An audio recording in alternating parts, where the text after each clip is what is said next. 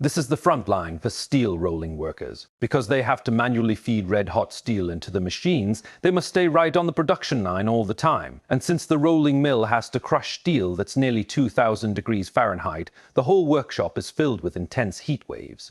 Workers end up pouring water over themselves to cool down. Actually, working in a steel rolling mill isn't just about the harsh environment. Here is also the risk of flying steel accidents. In serious cases, it can even fly over 30 feet high, putting exposed workers in real danger. The reason these accidents happen is that the rolling mill's rollers spin incredibly fast. If just one part goes wrong, steel can pile up. It's manageable on manual low-speed lines, but those high-speed rolling mills can reach speeds of over 100 feet per second.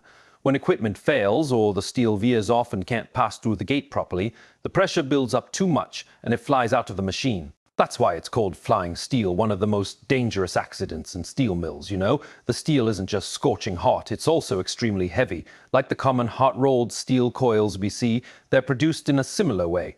Even if the surface has cooled, the inside still holds around 750 degrees Fahrenheit. That's why you shouldn't casually touch steel coils.